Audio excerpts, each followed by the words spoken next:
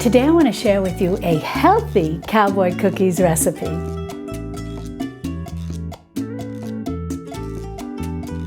Hi sweet friends, I'm Mary and welcome to Mary's Nest, where I teach traditional cooking skills for making nutrient-dense foods like bone broth, ferment, sourdough, and more. So if you enjoy learning about those things, consider subscribing to my channel.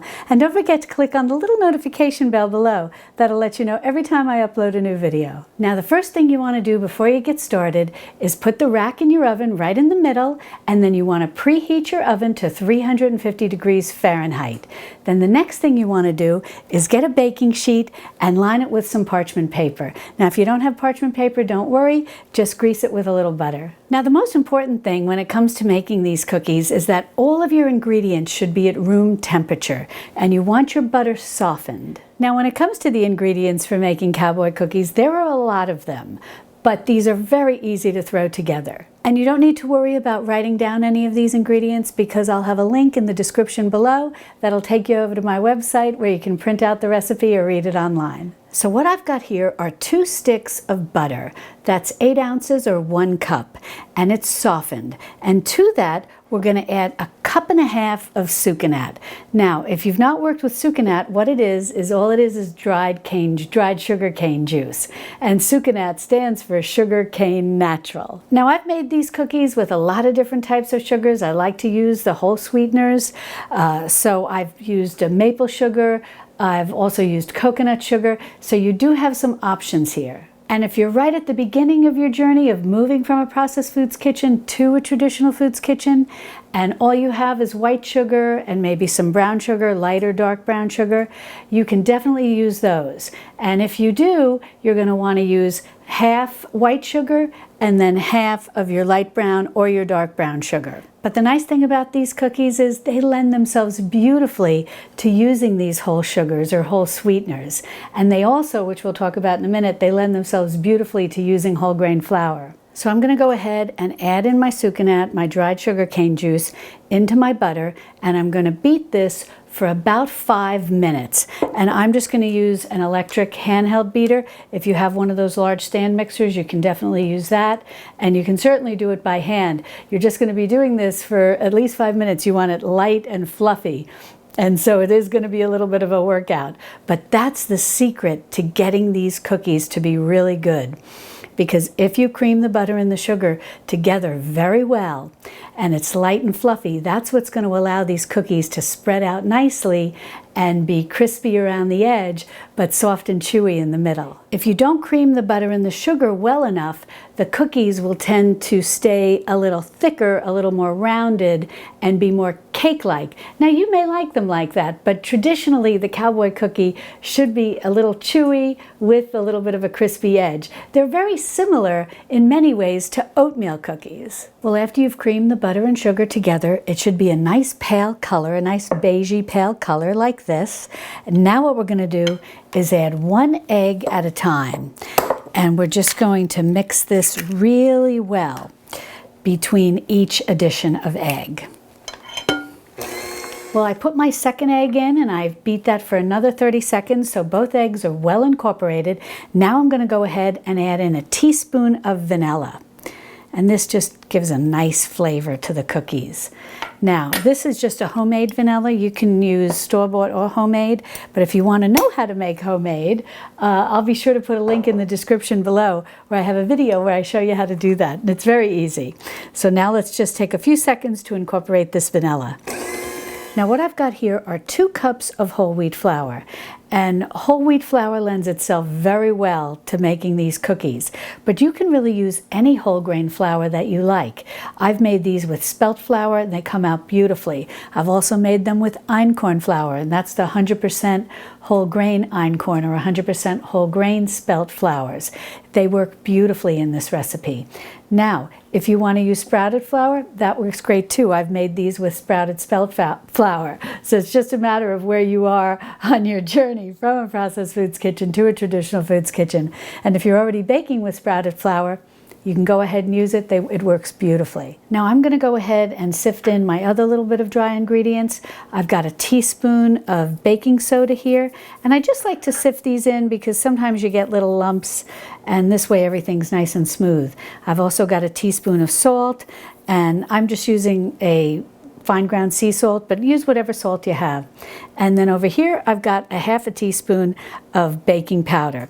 Now I also am going to add in a teaspoon of cinnamon, but this is totally optional. But I really like cinnamon in Cowboy cookies, and I especially like it in the fall. I think it just makes the kitchen, the house smell so wonderful. So definitely add in some cinnamon if you like that. Now I'm just going to give this a good whisk to make sure that I incorporate all of those little ingredients, the baking soda, the baking powder, the salt, so on and so forth, into the flour. And you know, it's funny. I don't really know where these cookies got their name. Cowboy cookies seems very appropriate in Texas because these are a pretty big cookie, and Texas is a big state and it has cowboys. But when I was growing up back east in New York, my mom called these kitchen sink cookies. And we always laughed when we'd hear that because my mother too would laugh, and she would say, I don't know how it got the name kitchen sink cookies, but they do have everything in them, but not the kitchen sink. You know the expression, everything but the kitchen sink. So, but they were chock full of all sorts of goodies, just like we're going to do today. So you may know them as Cowboy cookies. You may know them as kitchen sink cookies. I think there's probably a couple more different names for them as well. But whatever you call them, they're delicious. Now what I'm going to do is just start incorporating the flour into our butter sugar mixture here. And I'm just going to do it a little bit at a time. So I've got all my flour incorporated, and you don't have to overmix this or overbeat it. Just make sure you've got all the flour incorporated and you're fine. Next, we're going to add in our oats. And I've got 1.5 cups of old-fashioned rolled oats. And I've made this with both the regular old-fashioned oats. I've made it with the thick-cut old-fashioned oats that you sometimes see sold by the Bob's Red Mill brand. I've also made it with the sprouted old-fashioned rolled oats that sometimes are come in the big bag, you know, at the big box stores. Now they're selling more sprouted grains. So you can use whatever you have, just the plain old-fashioned rolled oats from the grocery store, the thick-cut old-fashioned rolled oats, or the sprouted rolled oats. Any will work. I've tried them all and they all work the same way. So I'm just going to add these in one fell swoop and just start incorporating them. Well, I've got all my oats incorporated into my batter, and now I've switched to a spatula as I incorporate the rest of these ingredients. Now what I've got here are 1 cup of chocolate chips. Now I'm using the bittersweet chocolate chips. I just find they work really well since there's already so much in here and there's a lot of sweetness. So I like to use the bittersweet, but you can certainly use the semi-sweet if you prefer. Now here I've got 1 cup of raisins, but you can use anything you want in terms of the dried fruit. You could use the golden raisins, you could use currants, you could use cranberries, whatever you like. And then here I've got 1 cup of nuts, and I'm just going to chop these up before I add them in. And I'm using pecans. I live in Central Texas. We have pecans everywhere. So when it comes to nuts, I always go with pecans. But really use whatever is easiest for you to find. If you live in an area where there are a lot of walnuts, walnuts would work beautifully in here. If you're on the Pacific Northwest part of the United States, your hazelnuts, or you may call them filberts, they work great in here. Really any nut that you like. And then finally, I've got just 1/2 cup of shredded coconut, and this is the unsweetened shredded coconut. Well, I added in all the additional ingredients on top of my batter. Now I'm just going to use my spatula to incorporate all of this goodness into my batter. Now to scoop out your cookie dough, you want to use either a 1/4 cup measure or about a 2-inch ice cream scoop. Because what's important about this, you want to basically have them all the same size. That way they'll cook up nice and evenly. And the ice cream scoops just work so well. They really make the job very easy. But the 1/4 cup measure works well too. And if you don't have either of those, but I think you probably have the measuring cup, but if you don't, you can also use a tablespoon and just get a nice big scoop. Now, these cookies spread, and they are pretty big cookies, so we're just going to put 6 on our baking sheet. The next thing you want to do is dip your fingers in some water, and you want to just press these down so that they're not domes. You want to flatten them out a little. The water helps to prevent your fingers from sticking to the cookies or to the cookie dough. Now we're going to go ahead and put these in our preheated oven, 350 degrees Fahrenheit, and they're going to go on the middle rack. And we're going to have to bake them somewhere between 14 to 16 minutes.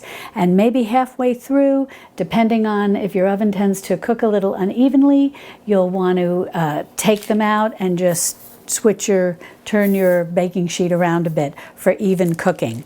And what you're looking for when they're done is that the edges look a nice golden brown and the center is still like sort of a pale brown or beige. And if you were to touch the center, it would still feel a little soft. It's because you're looking for a little bit of a crispy edge, but a nice soft chewy center. If you like a more crispy cookie and with less chewiness, then you're probably going to go the full 16 minutes. But start checking somewhere between, everybody's oven is different. So start checking somewhere between that 14 to 16 minute mark. Now, once we bake up all these cookies, I think we'll get about 18. Well, while that first batch of cookies is baking, I have a cute story to tell you about Texas. My parents moved to Texas a little bit before me. And I called my mother one day and I said to her, "So how do you like it?" These were people who my parents were former New Yorkers. And I was wondering how they would like Texas. And my mother was very cute and she said, "We love it. We're never coming back." They had only been here like a week. But in any event, then she followed it up with, "It's bigger and better and you better believe it." And I thought that was so cute, the second part, "and you better believe it," because I suspect she was probably meeting a lot of nice Texans who were very proud of their state, of which they had every right to be, because it is a fabulous state. It's a wonderful place to live. Well, I had these in the oven for 14 minutes and they look beautiful. If you notice, you'll see they're nice and golden around the edges, a golden brown, and they feel a little firm. But when you go to press on the middle of the cookie, you'll see that you can still depress a little. And that's what's going to give it that nice chewy center. Now we're going to let these rest on the cookie sheet for about 5 minutes, and then we'll go ahead and transfer them to the cooling rack. Well, these have cooled a bit, and I think they're ready for us to have a taste. And I want to show you, I'm going to break this in half so that you can see. Oh, see, it's so nice and chewy. Oh, look, the chocolate is still melting. They're still a little warm. But look at how glorious they came. These look absolutely beautiful inside. No one's going to know that you used a whole sweetener and that you used whole grain flour, and yet you're getting all of that good nutrition. Well, let's give these a taste. Oh, that's delicious. Moist and chewy in the middle, but nice and crisp on the outside. It's the perfect combination for a cookie. You're going to so enjoy these. So I hope that you'll make them. And if you'd like some more ideas for healthy treats and nice sweet snacks, be sure to click on this video over here. And I'll see you over there in my Texas Hill Country kitchen. Love and God bless.